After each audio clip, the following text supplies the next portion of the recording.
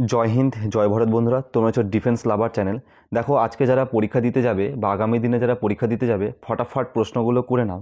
দেখো, তোমাদের কালকে যে থার্ড শিফটে যে কোশ্চেনগুলো এসেছিলো, যে সেই কোশ্চেনগুলো কোন টপিক থেকে প্রশ্নগুলো আসছে সেগুলো একটু ফটাফট দেখে নাও, এবং কি প্রশ্ন আসছে সেটাও দেখে নাও, কারণ এই প্রশ্নগুলো তোমাদের রিপিট হতেও পারে, কিংবা যেই টপিকগুলো থেকে প্রশ্ন আসলে সেই টপিক থেকে কিন্তু প্রশ্ন কিন্তু আসার সম্ভাবনা কিন্তু থাকবে অনেকটা।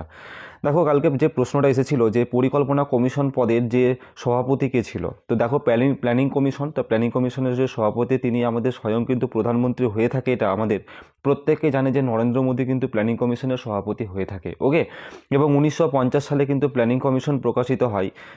আরেকটা জিনিস যেটা তোমাদের সবথেকে গুরুত্বপূর্ণ, যে বর্তমানে প্ল্যানিং কমিশনের ভাইস চেয়ারম্যান এবং চেয়ারম্যান, সম্ভবত চেয়ারম্যান রয়েছে বিএমআর সুব্রমণিয়াম কিন্তু চেয়ারম্যান রয়েছেন, এবং ভাইস চেয়ারম্যান এই মুহূর্তে আমার মনে আসছে না। তো তোমরা একটু দেখে নিও, তোমাদের কিন্তু পরীক্ষায় আসার সম্ভাবনা আছে। হয়তো এখন আমার মুখের এই শব্দটাই দেখবে কিছুক্ষণের মধ্যেই তোমাদের দেখবে পরীক্ষায় কারো না কারো শিফটে হয়তো চলেও আসতে পারে। ওকে, তারপরে রজার বিনি কোন দেশের জন্য ক্রিকেট খেলেছেন, অর্থাৎ রজার বিনি কোন দেশের জন্য তিনি খেলেন? তিনি ভারতের হয়ে কিন্তু খেলেন। তিনি কিসের সাথে যুক্ত? তিনি কিন্তু বিসিসিআই অর্থাৎ ক্রিকেট বোর্ড অফ কাউন্সিলের তিনি এখন বর্তমানে আমাদের চেয়ারম্যান রয়েছেন রজার বিনি। এটাও কিন্তু পাশাপাশি মনে রাখবে। আজ কিন্তু প্রশ্ন এসেছিল যে মানে রজার বিনি যে কোন দেশের হয়ে খেলেন, এবার প্রশ্ন আসতে পারে বিসিসিআইয়ের বর্তমানে চেয়ারম্যান কে আছেন। ওকে, তখন তোমরা বলতে পারবে যে রজার বিনি, প্রশ্ন ঘুরিয়ে আসতে পারে। তারপরে ভারতের সংবিধানের অনুচ্ছেদে 42, আচ্ছা এই প্রশ্নটা কারেন্ট অ্যাফেয়ার্সটা আমার কমন। ওকে, এই যে কারেন্ট অ্যাফেয়ার্সটা দেখছো, এটা আমি তোমাদের কারেন্ট অ্যাফেয়ার্সের ক্লাসে অলরেডি কিন্তু করিয়ে দিয়েছি, সুতরাং এটা কমন। তারপর হচ্ছে তোমাদের যে সংবিধানের যে 42তম যে আমাদের অনুচ্ছেদে 42তম সংবিধানের ধারায় কি বলা রয়েছে, তো এই প্রশ্নটা এসেছিল। তো এই প্রশ্নটাও কিন্তু আমার তোমাদেরকে সংবিধানের নির্দেশমূলক ডিপিএসপি করাতে গিয়ে, আমি কিন্তু ডিরেক্টর প্রিন্সিপাল স্টেট পলিসি করাতে গিয়ে আমি তোমাদের বলেছিলাম, ডিপিএসপি করাতে গিয়ে কিন্তু এটা স্পষ্ট হয়ে বলেছিলাম 42তম ধারা, যেখানে তোমাদের মাতৃত্ব অর্থাৎ যেখানে হচ্ছে মাতৃত্ব সুরক্ষা নিয়ে বলা হয়ে থাকে, অর্থাৎ প্রেগনেন্সি। তোমরা মনে করে দেখো যারা আমার ভিডিও ক্লাস করেছো, যে আমি বলেছিলাম যে যেসব মহিলারা 3 মাস, প্রথম 3 মাস এবং শেষ 3 মাস কিন্তু কোনো রকম মহিলাদেরকে কিন্তু কাজ করানো যাবে না, এটা 42 নম্বর ধারায় কিন্তু সংবিধানে বলা রয়েছে। এবং আগামী দিনে যারা পরীক্ষা দিতে যাবে তোমাদেরকে বলে দিচ্ছি, আমি মাত্র 3টে ধারা উচ্চারণ করছি, দেখবে কারো না কারো শিফটে এই 3টে ধারা কিন্তু প্রশ্ন কিন্তু দেখতেই পাওয়ার সম্ভাবনা প্রবল রয়ে থাকবে। 40 নম্বর ধারা, তোমাদের ডিপিএসপি থেকে বলছি 40 নম্বর ধারা, এখানে কিন্তু পঞ্চায়েত নিয়ে বলা রয়েছে, এই প্রশ্নটা আসার সম্ভাবনা থাকবে। 46 নম্বর ধারা, যেখানে এসসি এসটি নিয়ে কথা বলা রয়েছে, এটা কিন্তু আসার প্রবল সম্ভাবনা রয়েছে। এবং ধারা 44 যেখানে বলা রয়েছে civil code, uniform civil code, অর্থাৎ যেখানে হচ্ছে তোমাদের ইউনিফর্ম সিভিল কোড নিয়ে বলা রয়েছে। তার পাশাপাশি আমি আরও দুটো ধারা বলে দিই, কারণ কখন কার পরীক্ষায় আসে। 47 মনে রাখবে যে স্বাস্থ্য, অর্থাৎ আমাদের হেলথ নিয়ে বলা রয়েছে, অর্থাৎ স্বাস্থ্যর বিভিন্ন কিছু নিয়ে বলা রয়েছে, এটা মনে রাখবে কী করে? দেখো, 7 দিয়ে স্বাস্থ্য, এইভাবে মনে রাখবে। 48 নম্বর ধারায় আমাদের বন্যপ্রাণী এবং সুরক্ষার নিয়ে কিন্তু কথা বলা রয়েছে, আমাদের যেসব বন্যপ্রাণীগুলো আছে সেগুলো কিন্তু সুরক্ষা নিয়ে বলা রয়েছে।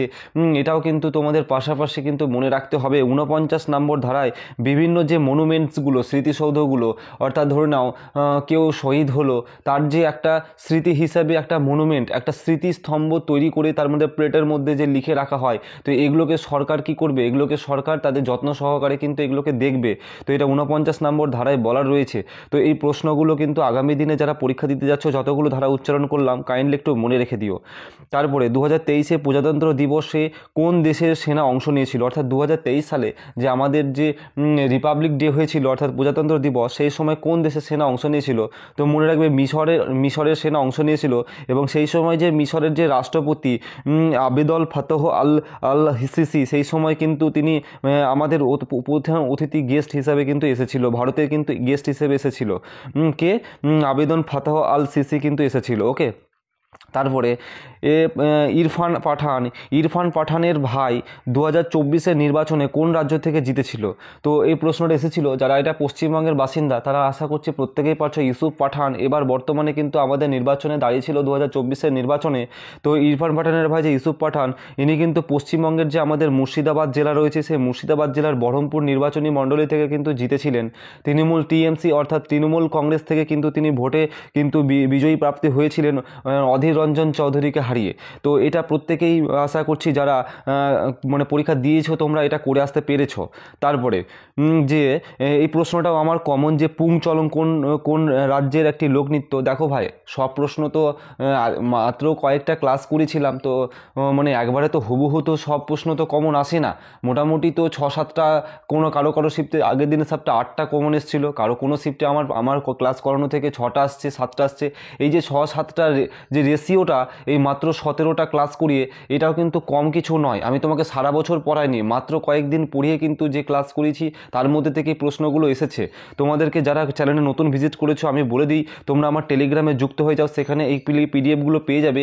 আর আমাদের মানে সবথেকে গুরুত্বপূর্ণ যে পঞ্চবার্ষিকী পরিকল্পনার আমি যে ক্লাসটা করেছি ভাই, যারা এখনও ওয়াচ করেনি প্লেলিস্টে গিয়ে ওয়াচ করে নাও, ওষুধের থেকেও বেশি কাজ করবে আমি তোমাদেরকে বলে দিতে পারি। তো পুং চলন এটা মণিপুর রাজ্যের নৃত্য। ওকে, তারপরের প্রশ্ন, যে প্রধানমন্ত্রী গরিব কল্যাণ যোজনা কতদিনের জন্য করা হয়েছিল। তো এই যোজনা নিয়ে আমি কিন্তু খুব শীঘ্রই ক্লাস আনবো। আমি দুটো জিনিসের উপর ক্লাস আনবো, এক মৌলিক কর্তব্য আর হচ্ছে যোজনা প্ল্যান। বিভিন্ন রাজ্যের যে বিভিন্ন যোজনাগুলো, অর্থাৎ বিভিন্ন কত মানে মোটামুটি গোটা 15 থেকে 20টা মতন যোজনা করাবো, ওর মধ্যেই কিন্তু দেখবে পরীক্ষায় রিপিট হবে কোশ্চেন। প্রধানমন্ত্রী গরিব কল্যাণ যোজনা, তো এটা 3 মাসের জন্য করা হয়েছিল। তো এটা করোনা ভাইরাসের সময় কিন্তু আমাদের 2020-তে কিন্তু এটা করা হয়েছিল। তারপরে প্রশ্ন এসেছিল বেসিনের সন্ধি কত সালে স্বাক্ষরিত হয়। তো 1802 সালে কিন্তু বেসিনের সন্ধি কিন্তু স্বাক্ষরিত হয়েছিল। তো দেখো, আজকে যে পরীক্ষাগুলো হবে তো সেগুলোর শিফটের অ্যানালাইসিস কিন্তু তোমরা ঠিক সময়ে সময়ে ভিডিও পেয়ে যাবে, তার জন্য চ্যানেলের সাথে জুড়ে থেকো। তো এই পর্যন্ত প্রশ্ন কালেকশন করতে পেরেছি, তো আবার দেখা হবে পরবর্তী ভিডিওতে। এই পর্যন্ত জয় হিন্দ, সুস্থ থেকো, ভালো থেকো।